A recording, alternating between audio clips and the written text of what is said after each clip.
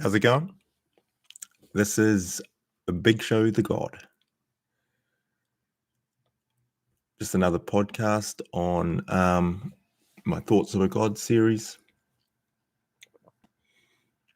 I found these quite beneficial for myself, so I'll continue to do those until they do not.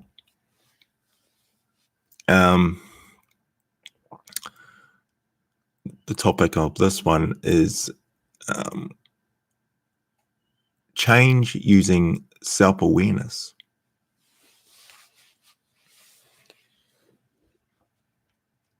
So kind of established that change is required to progress, in my opinion. So quite a lot of ways of working through that. And a lot of them are mental and maybe psychological tools to encourage that type of activity.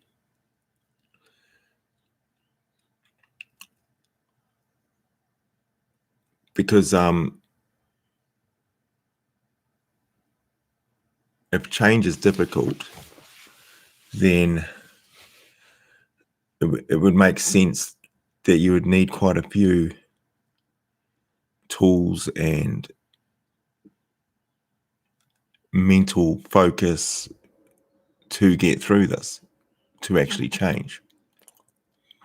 Because I established that goal setting isn't enough, but it's required.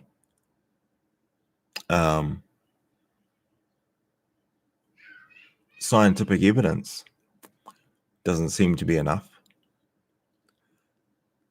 because even when you're not ignorant to a particular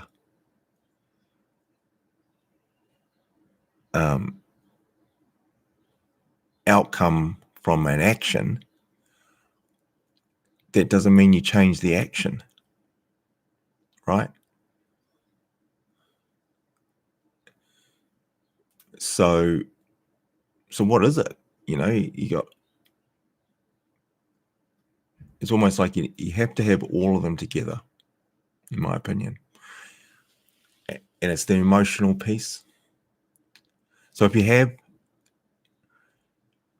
the knowledge and you've learnt through the scientific methods of what will optimize or be the preferred process or steps to take to A, achieve a goal, or to B, give you the best chances of achieving that goal, yet I don't do it. So you start asking yourself, what's left? And there's two ways to look at it. You can say, well, the goal was unachievable and it's too far out there. But what happens even when we have the goal as being achievable? So when a goal is achievable and we have the knowledge to achieve the goal, then why don't we? Or why don't I? Why don't I achieve the goal necessarily all the time, Yeah, I might achieve the goal sometimes, but why don't I achieve it all the time? Yet I know those fundamental factors are in there. So then it has to be emotional, it has to be influential, has to be lack of focus. So to me, that's where the tools come in. The tools that I obviously need to support me to achieving the goal.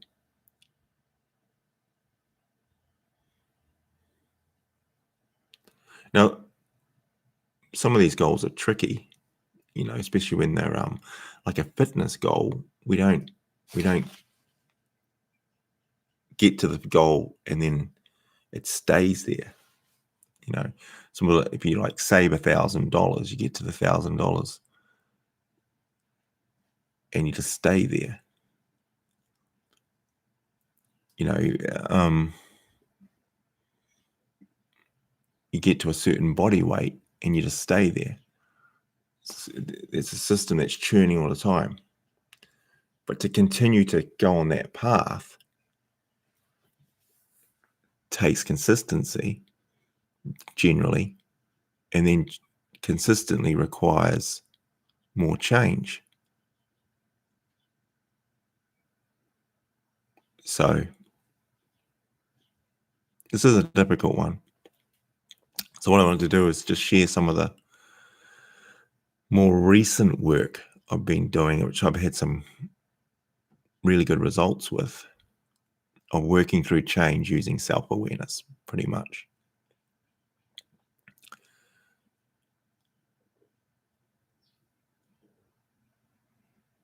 And I use the premise to frame it as like,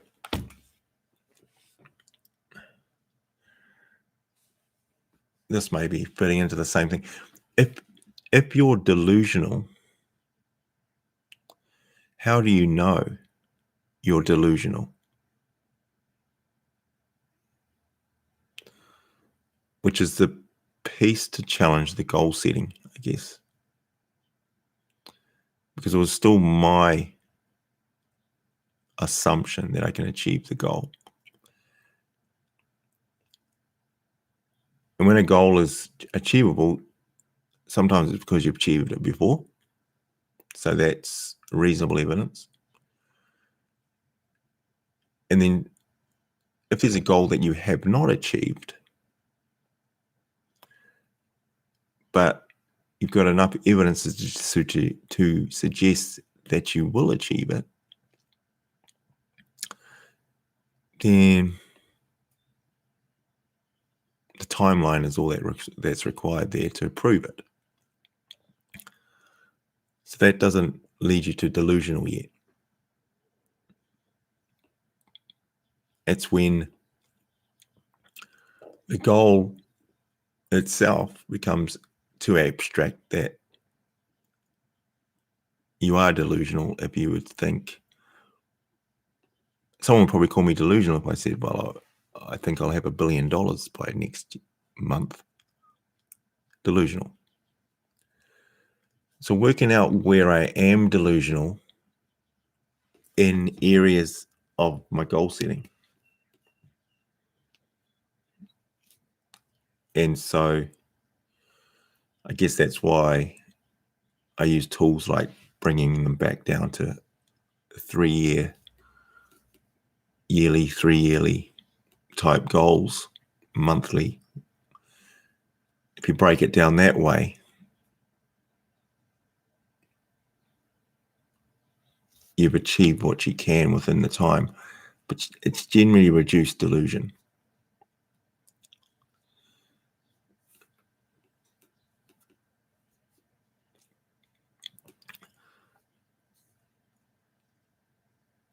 And so that's important.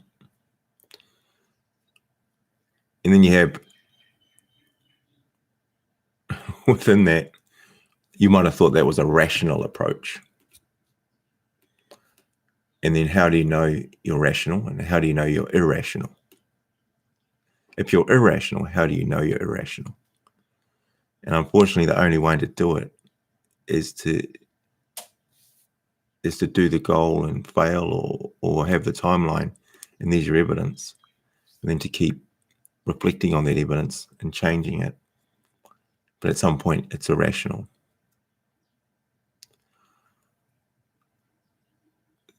So those are words I like to use to kind of make sure that my aspirations can be high, but they not to the point of delusion. I think that's when And then I have to work out, where am I being a bit delusional?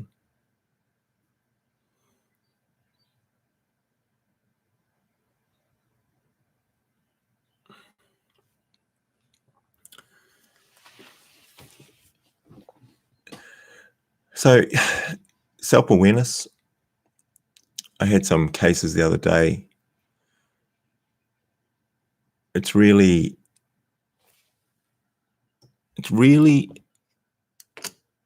difficult to look at your own actions and then reflect on them and realize you're part of the problem.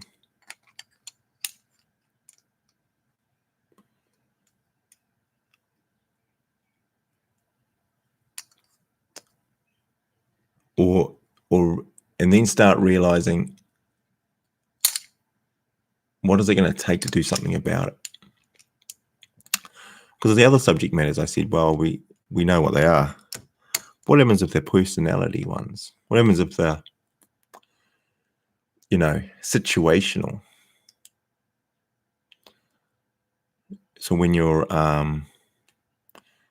having a conversation and someone disagrees with you,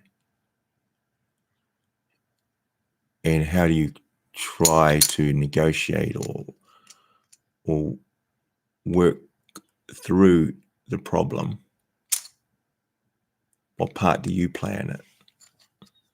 Or what part do I play in it?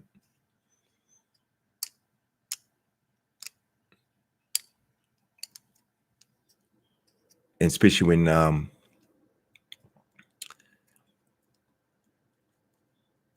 if I get brought a typical problem, but it's someone else is sharing their current state, and then I may be making suggestions or trying to understand the picture to see what I would do in this, from this going forward. And then how I am relaying my suggestions or perspective or options, and then how that's received, and then how that affects me within that to and froing. What happens to me through that?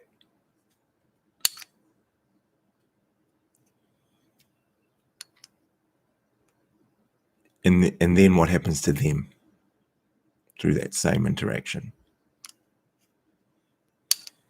And that's where self-awareness gets really difficult.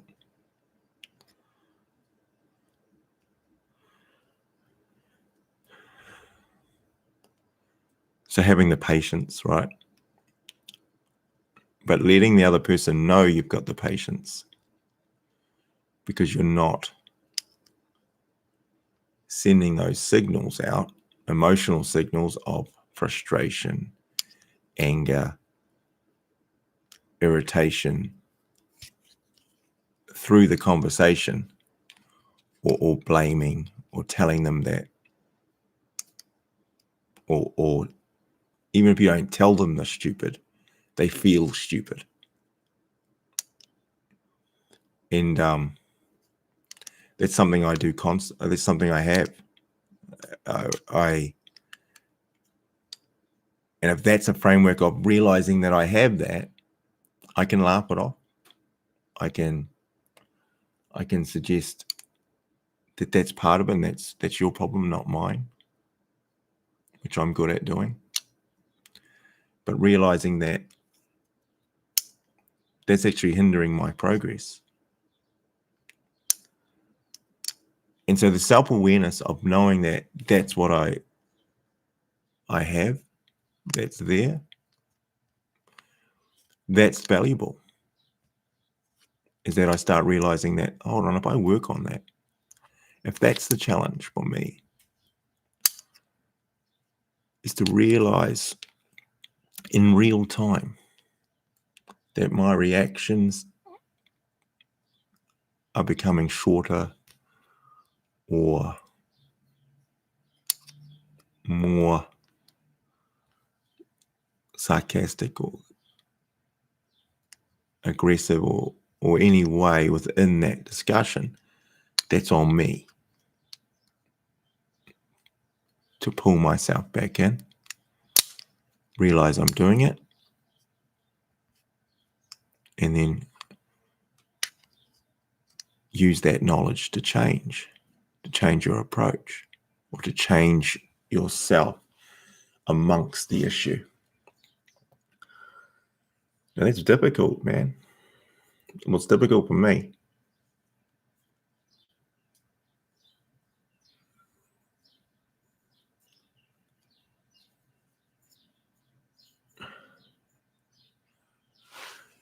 And I guess when you're trying to work on this sort of stuff,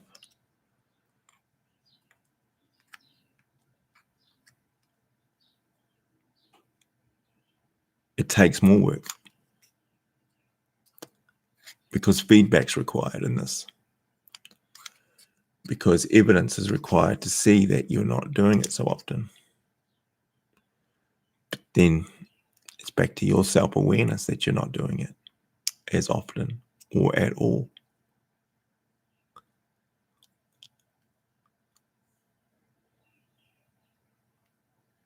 It's like the wife. She annoys me about a particular thing that we've known for years. I had one the other day about the washing. I brought home more washing than normal.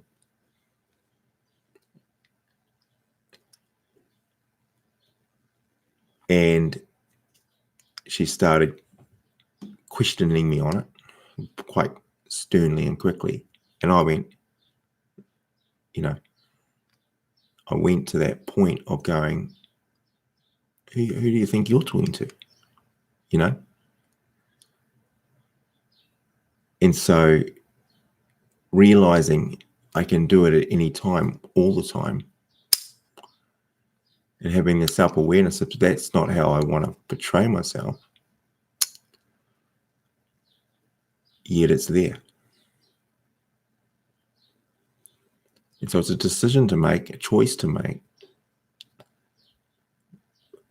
but doing it in real time when you're in the influence of whatever else is going on top of those things,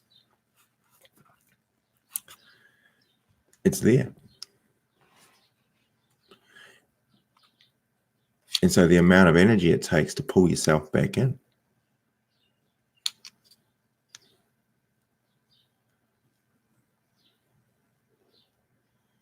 And really understanding the cost to it.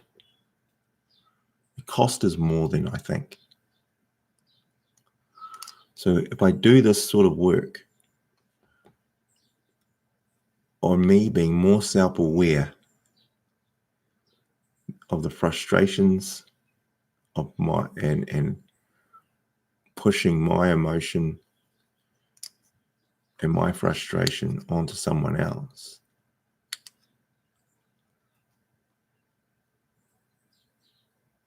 the benefits outweigh the negatives if I'm able to work through this.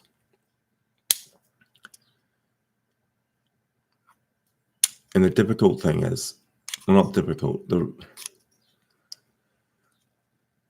it takes longer to change this perception of yourself, because when feelings are involved, humans keep them for longer. So my actions have to be consistent for longer before it's seen as being the norm. Because we have a horrible way of being able to pull in the negatives versus 10 positives.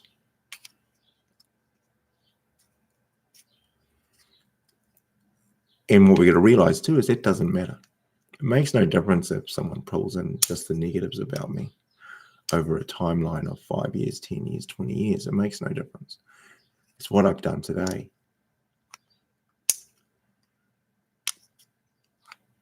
It's what I do today. It's what I do now.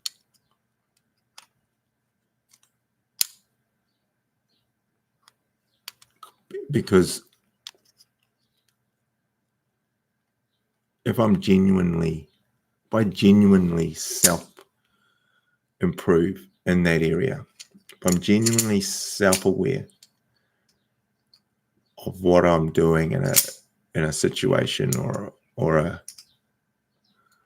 how I'm interacting,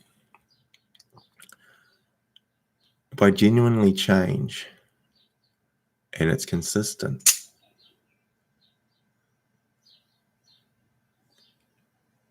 then my self-awareness will tell me so.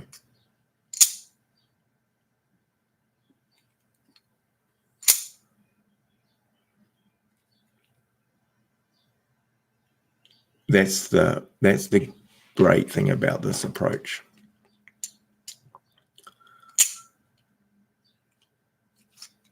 Because if your self-awareness has led you to true self-improvement and actually working on how you deal with these,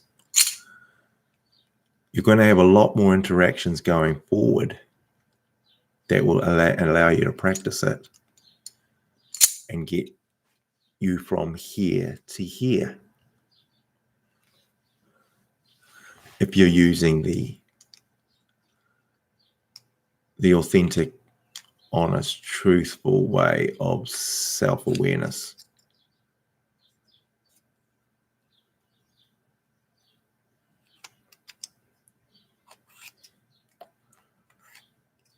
So what I suggest, what I mean in that too, is that even though I am not perfect in those conversations, situations, debates, the general consistent way of how I'm handling it comes through.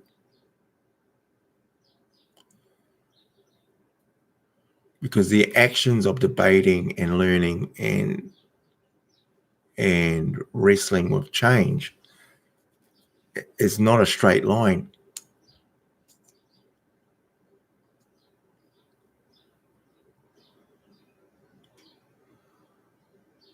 So that's the great side of improving a relationship.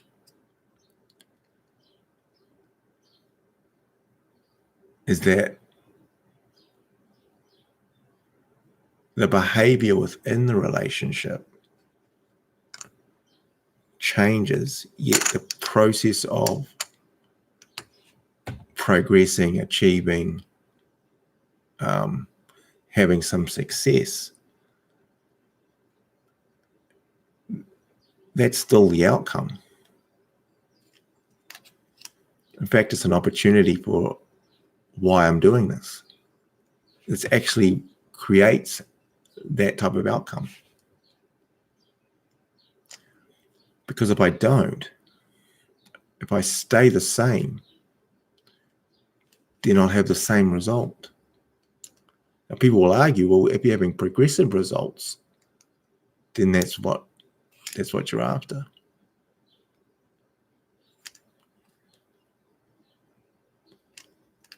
Yes, but that's still not growth.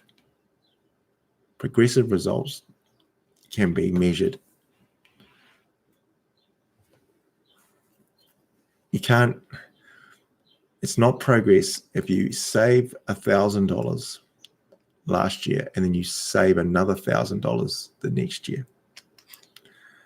If you save $1,000 and then the next year you save $5,000, then that's a progressive outcome. Correct? Yet, you may have done nothing different for that 5,000. So we have to be careful. That's still not progress. That's still just an outcome base. And if you keep the same thing going, still the same thing going, you may make 20,000 the following year, right? Let's say nothing, you change nothing. It's just word of mouth got around better. So that can give you the illusion that you're progressing just because the numbers are getting bigger.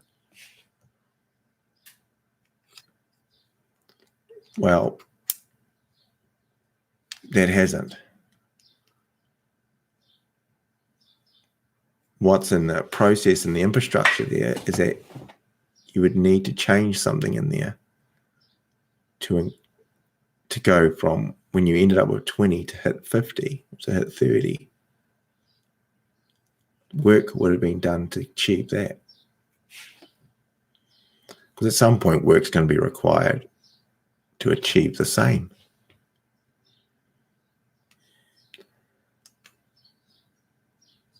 So if you're not changing and progressing,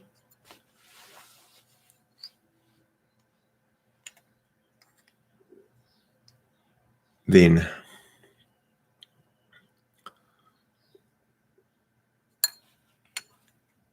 you got to ask yourself, what's the point?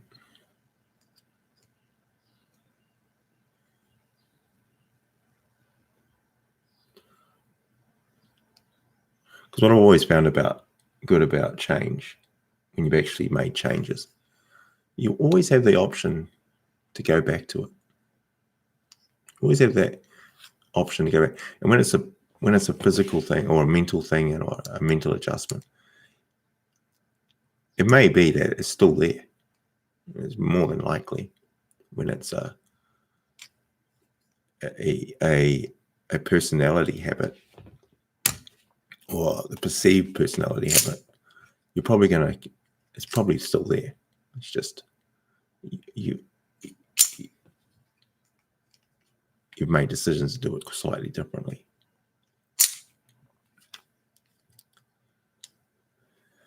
So yeah, so obviously within that kind of, that's what's made me self-aware this week anyway,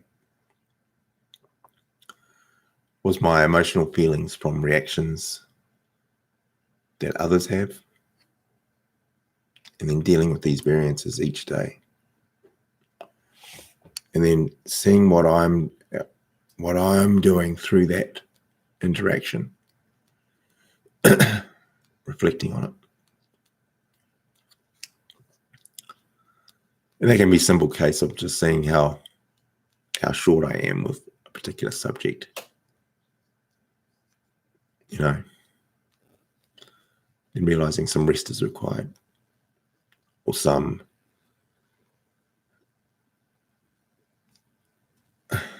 form of distance may be required to get my energy levels back. So what we don't realize, or what I do realize, is that when I make a significant push towards self-improving an area, this can come at a cost. And that cost can be short-term, because we can use it as an excuse. But I think it's a short-term cost. And the cost is maybe some uncomfortability. It's like I've been focusing on my eating habits. And for some reason, that's always uncomfortable. Very emotion driven to want to eat something right now. And then there's a cost in that. In that I become a bit different when I haven't had those. It's almost like a drug addict, I think. And so do I make an excuse to go and continue what I've been doing regarding food choices, which goes against the evidence. You know, there's no evidence to suggest that me eating a donut right now is beneficial in any nutritional value, from any book I've read, from anybody that knows anything about nutrition would suggest or recommend that I have a box of donuts. Yet, I'm very capable of doing that and capable of justifying it. Would they say, well, do it because it relaxes you? The old have a cigarette to relax yourself. Well, I don't know, man. I guess people would suggest that it is worth it. A cigarette, you know, me being in a bit more of an irritable state right now. When someone talks to me and asks me a question that I used to answer, and I'm not answering it the same way. In fact, I'm annoyed as soon as you ask the question. Whereas before, I would work through it, understand it, get a result for both of us, and we keep moving. Whereas now, I'm not interested in discussing whether the washing was hung out or not. It's straight to, I'm here already, when normally I'd be here from a tight and irritable state, right? So that's where the challenge comes in the best.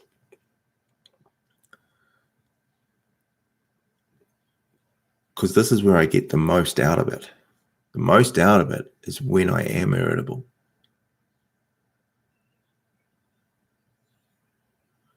It's when I am in a tense state. And this is where the self-awareness is the most important. And to realize there's going to be some consequences. And to be open to understanding that and working through that. So if the sugar that I was eating in the donuts wasn't allowing me to be more relaxed and talk to someone else about a subject because the donuts had subdued me, then that's not real. I don't want the sugar in me to do that. I want to be natural. From natural sources that I do that. Because if it's an energy thing, from energy, emotions, the less I have, the more irritable I am. And this is the amount of energy I have. I still have to have the awareness to maintain my level of patience, or my level of focus, of listening to the other person and coming to a result. That's just a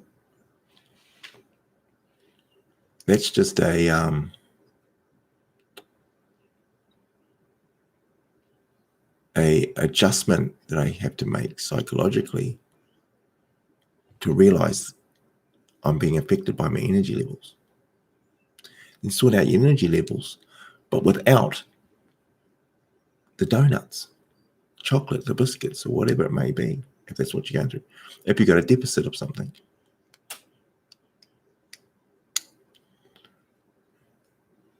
Because in a way, that's just masking your true self. Then, if it's chemically induced, if I'm having patience and I'm being open and relaxed just because I ate donuts,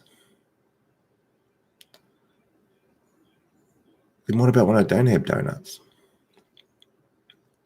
Or because I've got a food deficit that I had yesterday? then why is my patience and my motivation and my moods different? So I have to realize I have to be able to do both. And that's the self-improvement I'm after. To put myself in this situation, but still maintain a level of awareness to what the costs are that I'm going through, so that those are the ones that I'm working through, instead of making it anyone else's problem. Because ultimately, that's my problem if it's someone else's.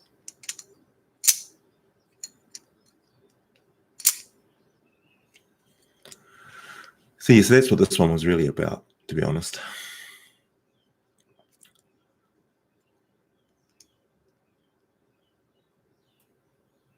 Is what to do. Well, I know what to do, and I'm actually doing it. It's just difficult.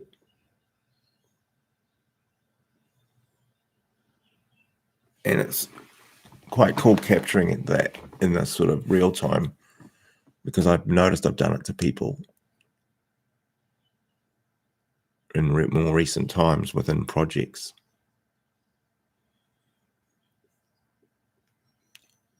So my patience has been tested. I'm not saying it's not tested all the time, but when it's tested now, the same event is tested, I'm more annoyed than normal. And normally I would have pulled myself. It's not that I wouldn't be annoyed that someone's not getting it.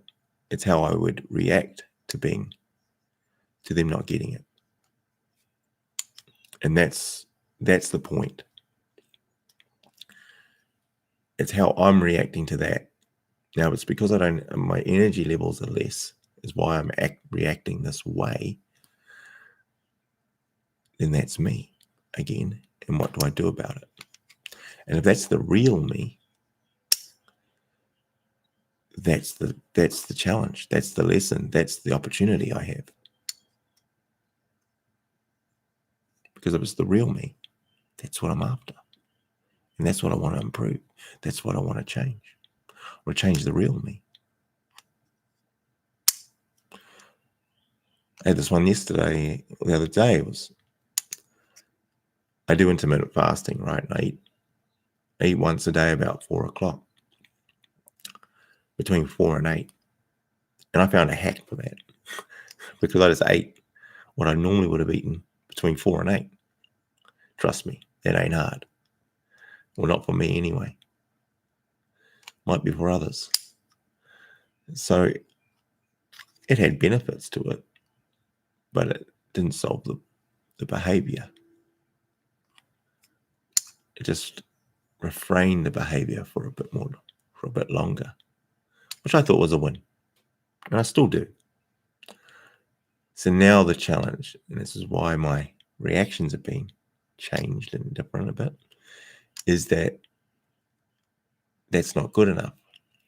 So I eat between 4 and 8, but now it's what I eat between 4 and 8 is under scrutiny. So now I'm doing a volume issue. It's what's the volume that I have. So I've reduced that from 4 hours of volume to now halving a third of the volume.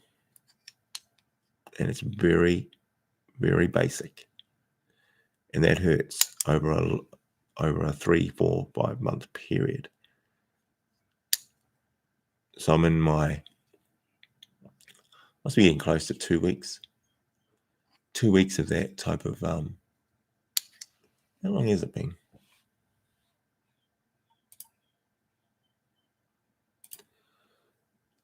Oh, barely 2 weeks. It's 1 week. 1 week of that mindset change to reducing the volumes by 2/3 easily.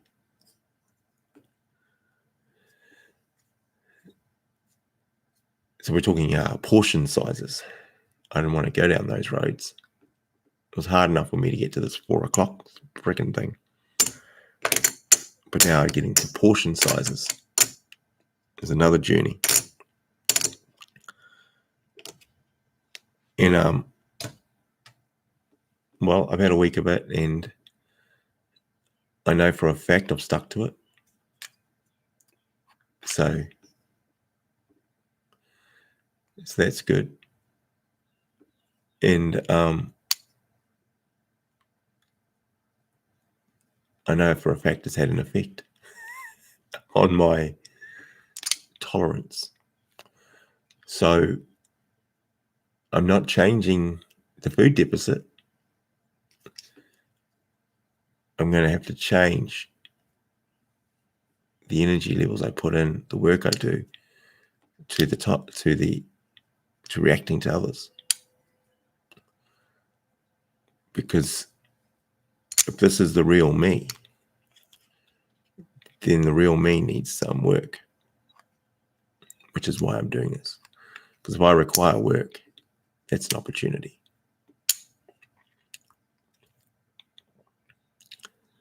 So yeah, accountability, responsibility, ownership, all those things.